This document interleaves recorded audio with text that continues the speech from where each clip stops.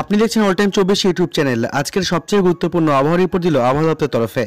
এদিকে পশ্চিমী ঝঞ্ঝার সঙ্গে ঘূর্ণাবর্ত তার প্রভাব পড়েছে এই রাজ্যেও, যে কারণে রাজ্যের বিভিন্ন জেলায় আগামী 24 ঘন্টায় বজ্রবিদ্যুৎ সহ বৃষ্টির পূর্বাভাস। তবে বৃষ্টিকে সঙ্গে নিয়ে ফের কি ফিরছে শীত? উত্তর দক্ষিণবঙ্গের আবহাওয়া রিপোর্ট কি বলছে জানবো এক নজরে। কোন কোন জেলায় বৃষ্টি হবে, কখন থেকে বৃষ্টি শুরু হবে, কি বলছে আজকের আবহাওয়া রিপোর্ট। এছাড়াও জেনে নেব আজকের তাপমাত্রা কত থাকছে। জানবো সম্পূর্ণ বিস্তারিত ভিডিওতে, সঙ্গে থাকুন। সম্পূর্ণ বিস্তারিত জানতে ভিডিওটি শেষ অবধি দেখবেন। আপনার জেলার ওয়েদার সম্বন্ধে জানতে আপনার জেলার নামটি ভিডিওর কমেন্ট বক্সে কমেন্ট করে জানাবেন।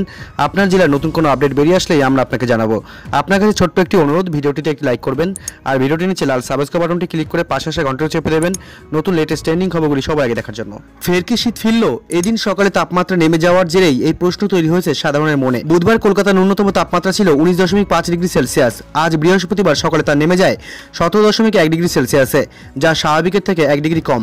আগামী 24 ঘন্টায় উত্তরবঙ্গ থেকে দক্ষিণবঙ্গ সর্বত্রই বৃষ্টিপাতের সম্ভাবনার কথা জানিয়েছে হাওয়া অফিস।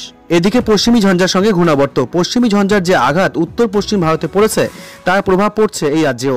শুক্রবার নতুন করে পশ্চিমী ঝঞ্ঝার আঘাত হানার পরিস্থিতি তৈরি হয়েছে জম্মু ও কাশ্মীরে।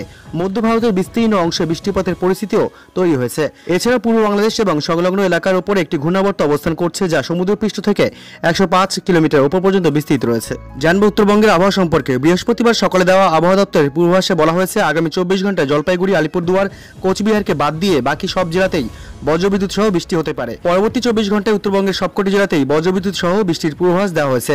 পাশাপাশি আগামী 3 দিন রাতের তাপমাত্রা সেরকম কোনো পরিবর্তন হবে না বলে জানানো হয়েছে, তবে কোথাও কোথাও কুয়াশার দাপট দেখা দিতে পারে। জানবো দক্ষিণবঙ্গের আবহাওয়া সম্পর্কে। আবহাওয়া দপ্তরের পূর্বাভাস অনুযায়ী আগামী 48 ঘন্টায় দক্ষিণবঙ্গের সবকটি জেলাতেই বজ্রবিদ্যুৎ সহ হালকা বৃষ্টির পূর্বাভাস দেওয়া হয়েছে।